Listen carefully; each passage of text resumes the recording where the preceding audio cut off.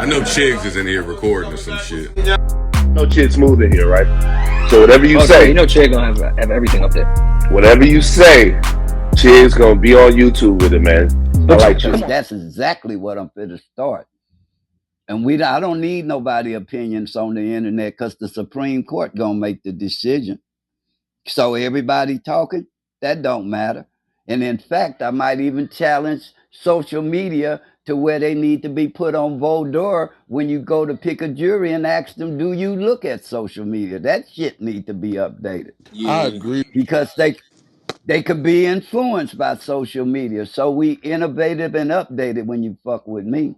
I I'm not with this. So, I agree with you with that one thing. If you do the crime and you telling on everybody and you did the crime with them, that's some slime ball. Do you? So I got a question. I got a question, right? So, cause from the research and history, from what I know, um, and this is like not to be like not to put it on you, but like you basically birthed Charleston White. yeah, a lot of people don't know. In 2018, Charleston White was following me on all social media, and he came to Los Angeles. I got the video where he say, "Man, gang banging can't stop unless the older heads like you uh, come to the table to spread that wisdom and reach back." So from there, I took a up under the wing, took a liking to him, made it safe for him to walk these streets of LA because he didn't know what he was doing and could walk right into his ass getting killed.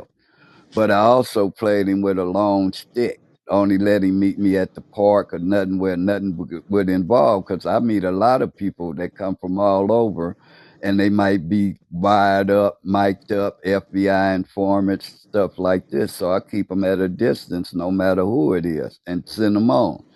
So me, Alex Alonso, and it's ironic he talk about Tookie, but in 2018 I met Charleston in December, and that's the year that's Tookie's birthday, as well as the month he was executed.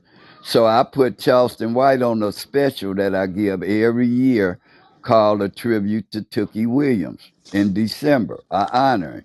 He was on that show. Then I took him to Nipsey Hussle funeral. That's how he talk about he seen Aramis. That's a lie.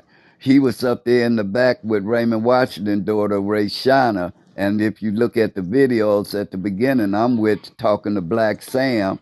And I leave Black Sam and whatever her name is, Lordy's, his wife, and all them. I'm standing next to them when they walk to take their seats. So then I move over to Farrakhan. That's who was talking. And I knew Saeed, the captain of his force. And I went up there. Then I went next to Game. Game was on the side. Then that's when I went in the back with Snoop and them. So I've been knowing Charleston White. I put him in the game.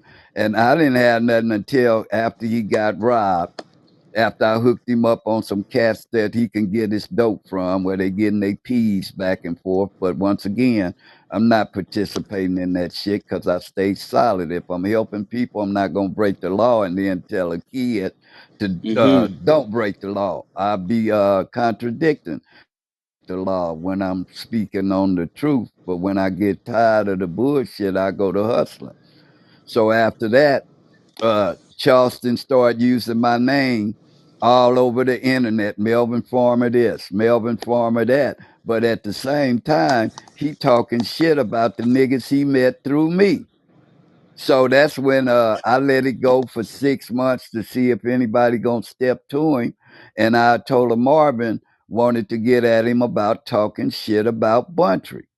And in fact, Charleston set up the show for Boss Talk. So then I'm the only one at that time that could get in contact with him.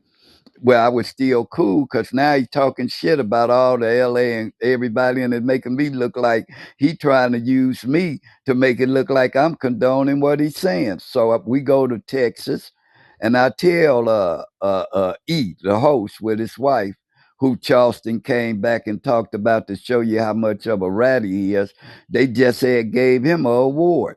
And I told him then, you fucking with a rat. He gonna come back and hunt you.